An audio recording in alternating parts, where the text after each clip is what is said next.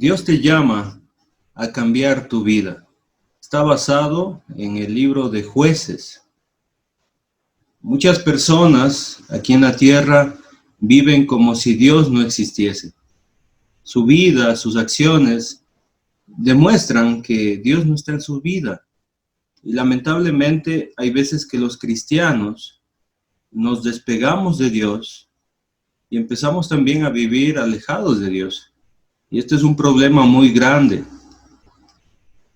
El sufrimiento que sufre cada persona aquí en la tierra hace que busque a Dios.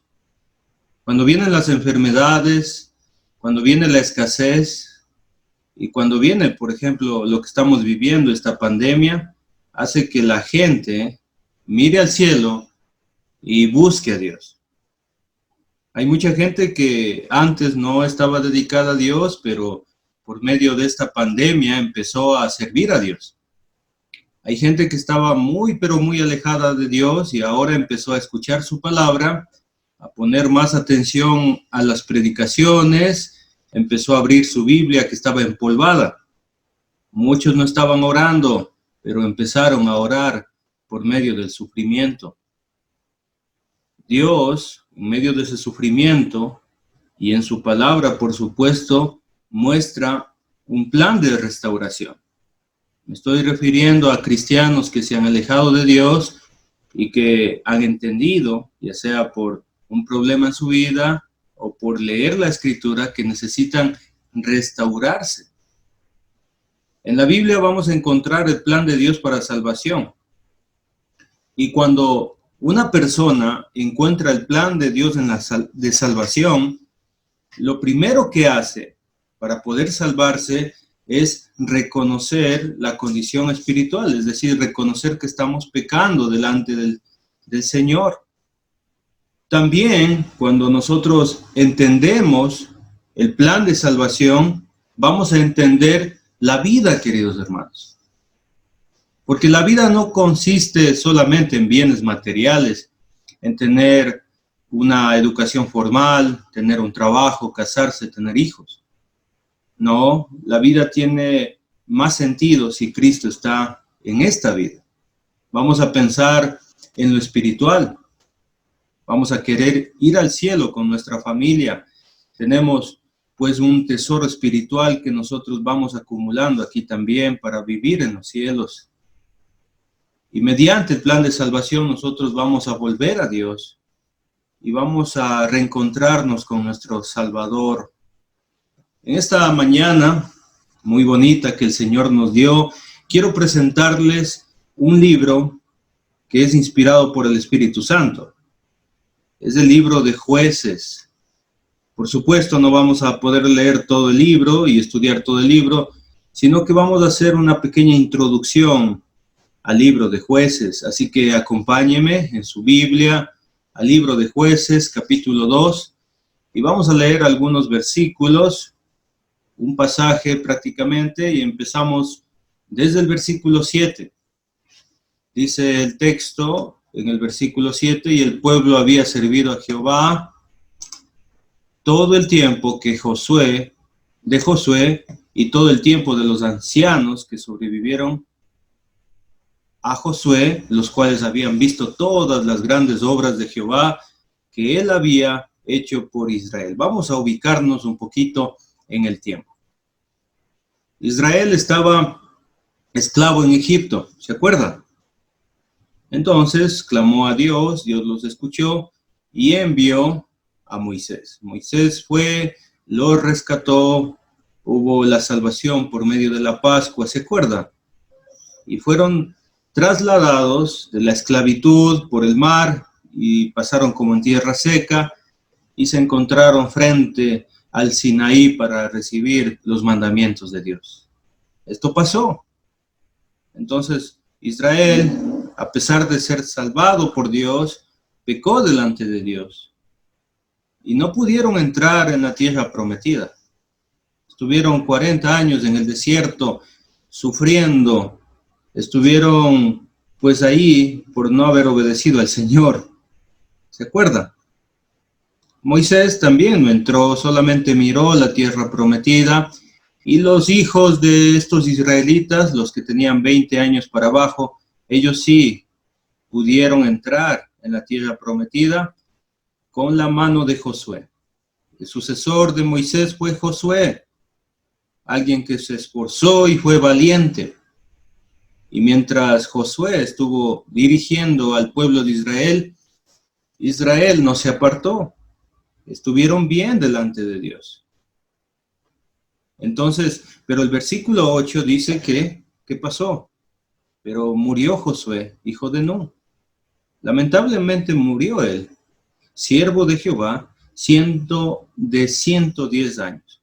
El versículo 8 me asombra por dos razones. Número uno, porque Josué vivió 110 años. ¿A quién no le gustaría vivir 110 años? ¿Le gustaría a usted vivir todo ese tiempo? Es mucho tiempo, ¿verdad? La gente máximo vive 80, máximo 90 años, pero 110 es un número grande. Pero me asombra aún más lo siguiente. Dice el texto, el versículo 8, que Josué fue siervo de Jehová. Yo creo que es muy bonito morir y que la gente diga esto, y que Dios diga esto. Él fue un siervo de Jehová. Yo quisiera morir así, la verdad. Y espero que usted también quisiera morir así, como un siervo de Dios. Que la vida que uno llevó sea, pues, un título en nuestra lápida. Murió aquí Henry Llanes, siervo de Dios. Qué bonito, ¿verdad? Pero hay muchas personas que no. Muchas personas no han servido a Dios en su vida. Y ha sido un desperdicio. Hay gente que ha vivido muchísimos años, pero no sirviendo a Dios, sino sirviendo a otros dioses. Mira lo que dice el versículo 9.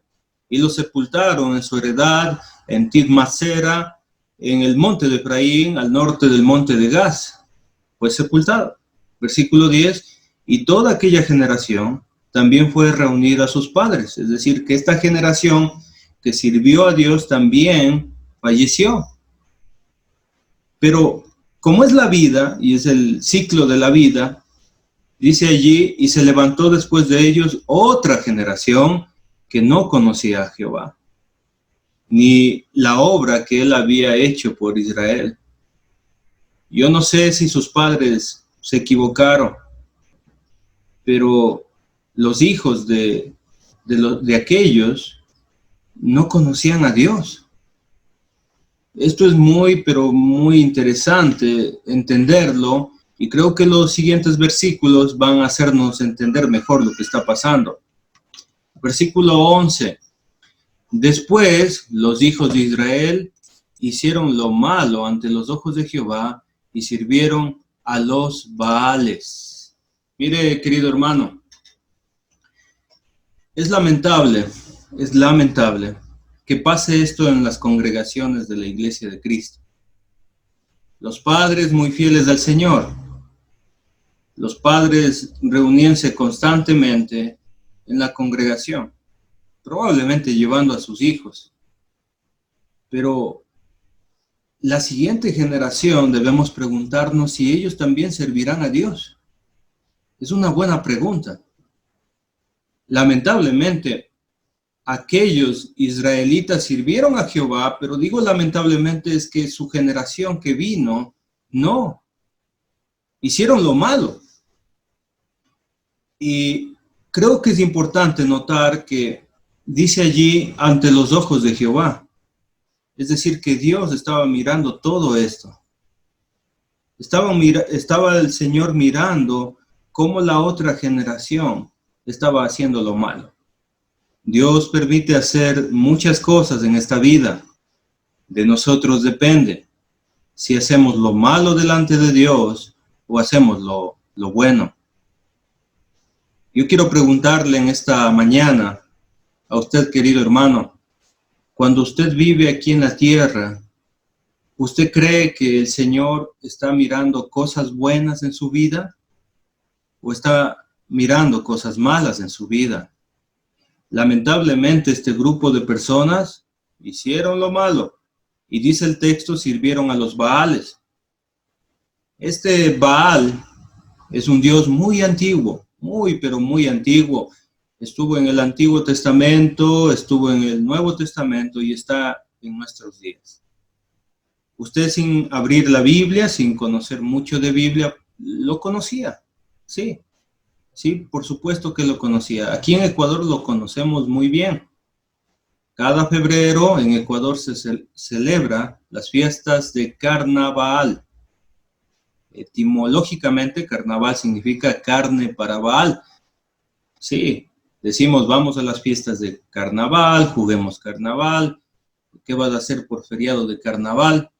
Y no sé si en Chile también hay una fiesta así. Pero todos sabemos las famosas fiestas de carnaval de Río de Janeiro, de Colombia. Son muy famosas. Sí, carne para Baal. Y lamentablemente, si ustedes investigan, después de esos desfiles famosos, hay un gran pecado en todas esas ciudades y es lamentable. Sirven a dioses paganos, a veces sin saberlo. Tenga mucho cuidado, querido hermano, querida hermanita que me está escuchando. Lo que a mí me llama mucho, pero mucho la atención es el versículo 12, porque dice el texto, dejaron a Jehová, el Dios de sus padres. Al parecer, ellos en algún momento sí estuvieron en la fe. Conocían al Dios verdadero, pero decidieron dejarlo. A mí me da mucha tristeza porque conozco algunos hermanos que de niños asistían a las clases de las dominicales de los niños. Se presentaban en obras de teatro, cantaban las canciones de niños, pero ya son adultos y dejaron a Dios. Es una tristeza muy grande que viene a mi corazón cuando recuerdo a todos mis amigos. Dice el texto que dejaron al Dios de sus padres que los había sacado de la tierra de Egipto y se fueron atrás de otros dioses. Qué tristeza, ¿verdad? Que dejen al Dios de salvación, porque estamos viendo un Dios de salvación, un Dios que los libera del pecado, que los libera de la esclavitud de Egipto. Y dice allí que se fueron tras otros dioses. Y dice allí el texto, los dioses de los pueblos que estaban a sus alrededores, a los cuales adoraron y provocaron a ir a Jehová. ¿Se da cuenta?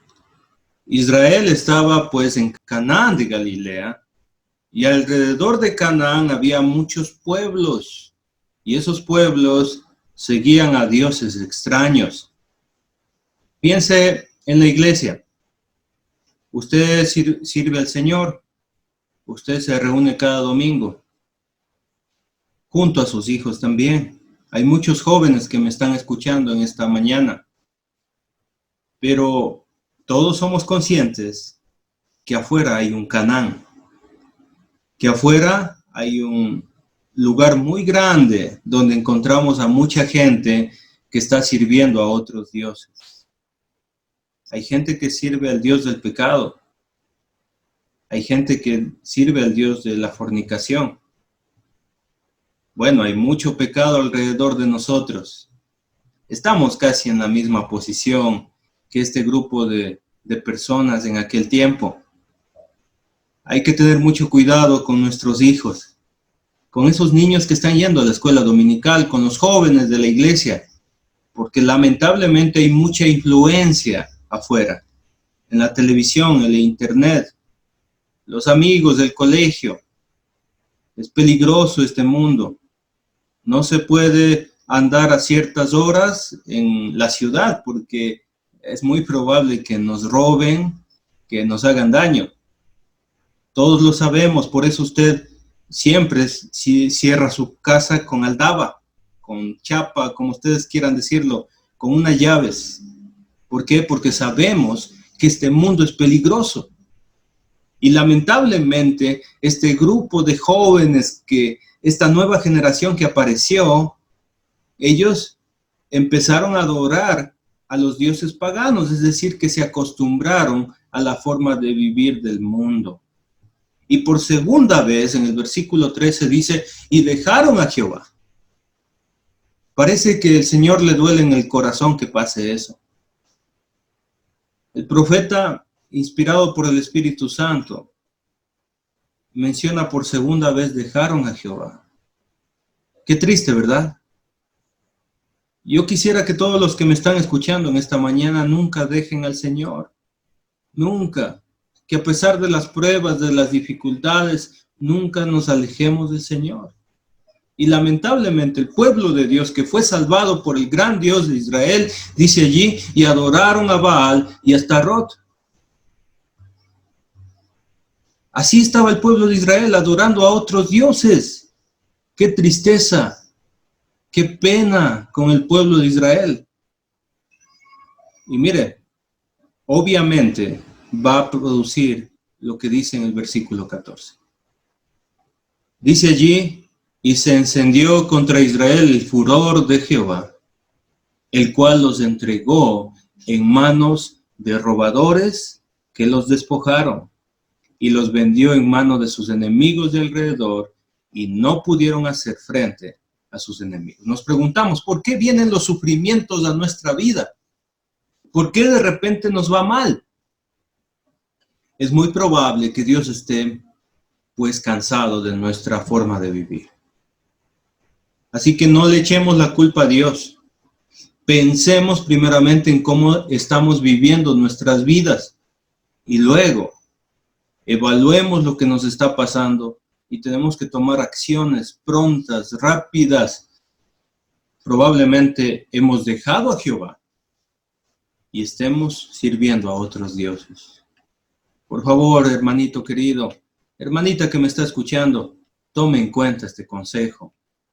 Verso 15, por donde quiera que salían, la mano de Jehová estaba contra ellos para mal, como Jehová había dicho, y como Jehová se lo había jurado, y tuvieron gran aflicción. Dios había dicho esto antes. Esto no es nada nuevo, el pueblo lo sabía, pero a veces por falta de conocimiento, a veces por no escuchar a Dios, nos lamentamos prontamente. Dios había dicho si ellos se apartaban iban a recibir las maldiciones. Era muy claro Dios en su palabra. Y Él es fiel. Fiel para juicio, pero también fiel para salvación, queridos hermanos. El pueblo de Israel estaba sufriendo las consecuencias de la desobediencia. El pueblo de Israel estaba sufriendo por su propio pecado. Lamentablemente eso pasa hasta el día de hoy. A veces nos alejamos del Señor en la iglesia, no queremos escuchar su palabra, no queremos reunirnos, no queremos orar. Y nos damos cuenta y tenemos un grave problema. Hay consecuencias de la fornicación, hay consecuencias de la droga, hay consecuencias de las malas amistades. Y por favor, no se queje y no diga, por culpa de Dios estoy así. No, probablemente es culpa de su pecado. Tenga mucho cuidado, hermanita querida, tenga mucho cuidado, hermanito. Y Jehová, mire lo que es Dios tan bueno. En medio del pecado, en medio de esto, dice, y Jehová, verso 16, levantó jueces que los librasen de mano de los que los despojaban. Ahí está Dios, misericordioso.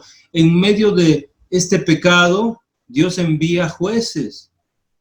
Verso 17, pero tampoco oyeron a sus jueces. Así somos, queridos hermanos. Así es el ser humano. Pronto nos olvidamos que fuimos salvados por Jesucristo. Pronto nos olvidamos que Él nos libró y nos dio una nueva vida y volvemos otra vez a pecar. Y a veces llegan predicadores, llegan hermanos, llegan los pastores, llegan mucha gente a enseñarnos la palabra de Dios. ¿Y qué hacemos? Tampoco oyeron, dice el texto, a sus jueces. Yo diría en este tiempo, hay veces que nosotros no escuchamos a nuestros predicadores.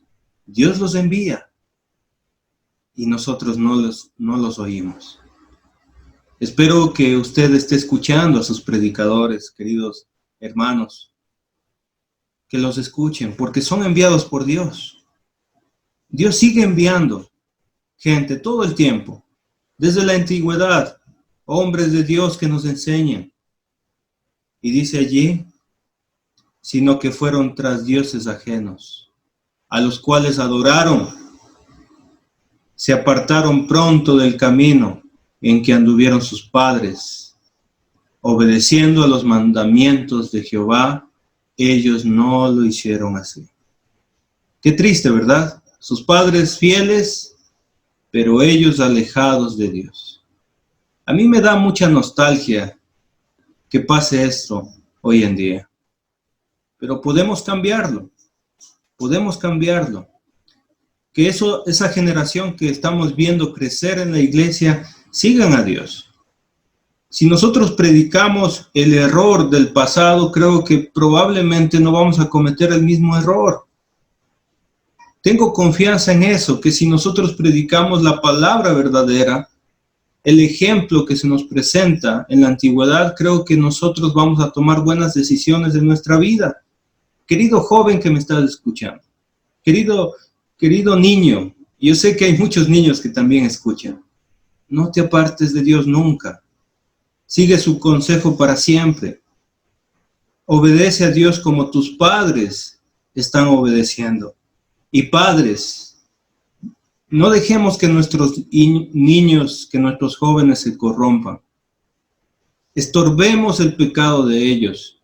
Siempre estemos anunciando los mandamientos de Dios, para que ellos también con nosotros vayan al cielo. Eso es nuestro deseo. Eso queremos nosotros. Verso 18, y cuando Jehová les levantaba jueces, mire lo que hacía el pueblo de Israel. Jehová estaba con el juez y los libraba de mano de los enemigos todo el tiempo de aquel juez. ¿Se acuerda de los jueces? Los libraba. ¿Por qué? Porque Jehová era movido a misericordia y por sus gemidos a causa de los que los oprimían y afligían. Miren este Padre tan misericordioso que tenemos. Hay oportunidad para salvación. Dios tiene misericordia.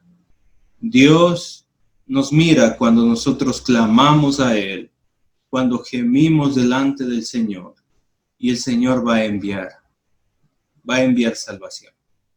Si hay alguien que está alejado esta noche del Señor, le pido, querido amigo, querido hermano, querida hermanita, que vuelva al Señor. Que nuevamente sea como antes su relación con Dios. Porque Dios envía siempre su palabra. Él está siempre como aquel padre esperando al hijo pródigo, esperando a ese hijo que necesita salvación. Versículo 19, mas acontecía que al morir el juez, mire, así es el ser humano y muchas veces el cristiano. Al morir el juez, ellos volvían atrás y se corrompían más que sus padres, siguiendo a dioses ajenos para servirles. Y mire de qué manera, e inclinándose delante de ellos y no se apartaban de sus obras. Querían seguir pecando, no querían cambiar, dice allí, ni de su obstinado camino. Qué lamentable, ¿verdad? Eso pasa siempre. Es un ciclo, queridos hermanos. Y por eso quiero presentarles el libro a modo de introducción. El libro de Jueces tiene 21 capítulos, ¿sí? Y relata desde la muerte de Josué hasta los inicios del profeta Samuel. Cuando Josué murió, vinieron tiempos muy oscuros para Israel. Y este tiempo se llama el tiempo de los jueces. En el libro de Jueces hay 12 jueces, hay 7 apostasías, 7 sometimientos ante pueblos paganos, pero también, gracias a Dios, tenemos ahí registrado 7 liberaciones. Probablemente quien escribió este libro fue Samuel. Él fue el último de los jueces, pero el primero de los profetas. El libro se divide del capítulo 1 al capítulo 2, lo llamaremos Dios levanta jueces. Del capítulo 3 al capítulo 16, las 7 apostasías y los 12 jueces. Y desde el capítulo 17 al capítulo 21, la confusión y anarquía de Israel. Y para resumir, existen 7 ciclos históricos que nosotros vamos a encontrar siempre en el libro de Jueces. Quiero que me acompañe, por favor, mirando la pantalla. Allí usted encontrará un reloj con los números, un reloj analógico, y ahí está, arriba el número 12, y bueno, para la derecha corre el reloj. Vamos a representar entonces el 12 cuando nosotros estamos bien con Dios, sirviendo y obedeciendo. Así estaba el pueblo de Israel, sirviendo al Señor, pero el reloj baja y empiezan a declinar. Los israelitas empiezan a pecar, se apartan del camino de Dios. Sigue el reloj bajando, estamos en el número 6, los israelitas caen en apostasía, están enredados en lo malo, tienen malas amistades, pero llega el juicio de Dios aquí en este tiempo en que el pueblo de Israel está decaído espiritualmente, llega el juicio y el sometimiento. Están sufriendo a causa de su pecado.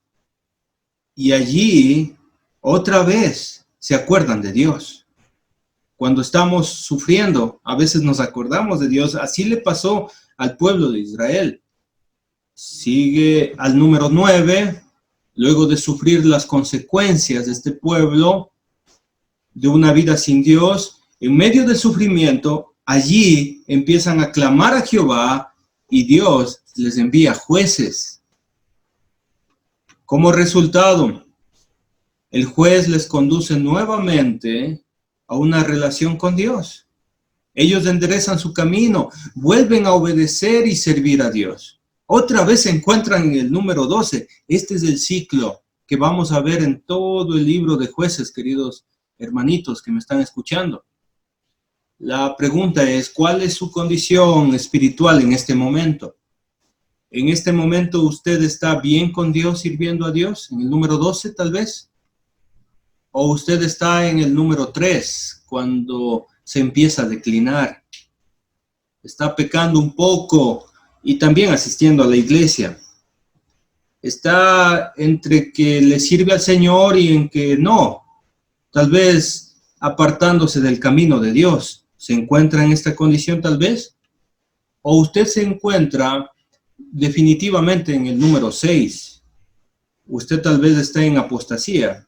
Ya no tiene comunión con los hermanos, no se lleva con nadie de la congregación, quiere ver todo de lejos, no quiere relacionarse con los hermanos y por supuesto, si no se relaciona con los hermanos, mucho menos con Dios. Probablemente está enredado en lo malo. Tal vez esté un grave sufrimiento. Llega el juicio, llega el sometimiento al pecado. Está sufriendo tal vez por causa del pecado. Y allí, en el sufrimiento, en el punto de aflicción, cuando ya no podemos más, allí es precisamente donde empezamos a pensar en Dios. O tal vez se encuentra en el número 9. Tal vez ya sufrió las consecuencias con su pecado. Una vida sin Dios. En medio de sufrimiento está clamando a Dios. Dios, pues, le enviará palabra, le enviará un predicador. Y si usted está en el número 12, pues el juez le conduce nuevamente a una relación con Dios. En este caso, la palabra de Dios. A veces nuestros pastores nos llevan nuevamente a una relación con Dios. Ya no estamos en el camino malo. Volvemos a servir a Dios.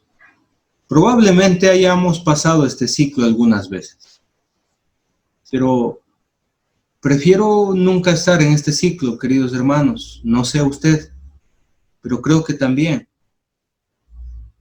deberíamos, hermanos, no pasar del número 3, regresarnos otra vez al número 12. Esto sucedió en la antigüedad como ejemplo, y espero que sea un buen ejemplo para nosotros, para servir a Dios en medio de problemas, servir a Dios en este mundo, entender la vida, entender el camino de Dios. Que Dios les bendiga, queridos hermanitos. Un gusto estar con ustedes. Un saludo de la Iglesia de Cristo en Ibarra, Ecuador. Hasta luego. Gracias.